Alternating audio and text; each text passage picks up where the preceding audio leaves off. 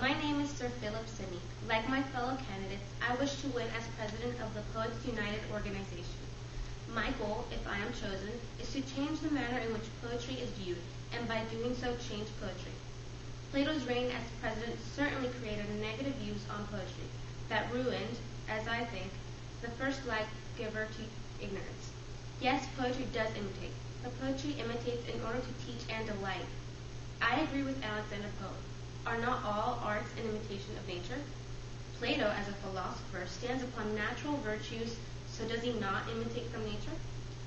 For what is poetry but a superior way to communicate an argument, teaching and value to the reader?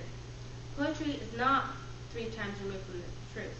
On the contrary, a poet never affirms something or someone and therefore can never tell the factual truth. The poet is the only artist closest to the truth, because all other artists, including a philosopher like Plato, asserts truth in facts that can never be proven true. The only thing I can deem certain is that poetry contains 3 forms: one which imitates God's excellencies, another which deals with the philosophical, natural, astronomical, or historical, and lastly imitates only what is or should be. As president of the organization, I would prove that poetry is the best art to teach morality, because a poet teaches by example.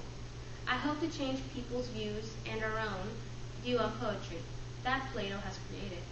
I want to show that poetry is superior to all other arts because there is no other art that amuses and teaches. As for Plato, the only decent comment I can give him is that he did not state he wanted to banish all poetry, but only poetry that teaches fabrications of God and God's nature.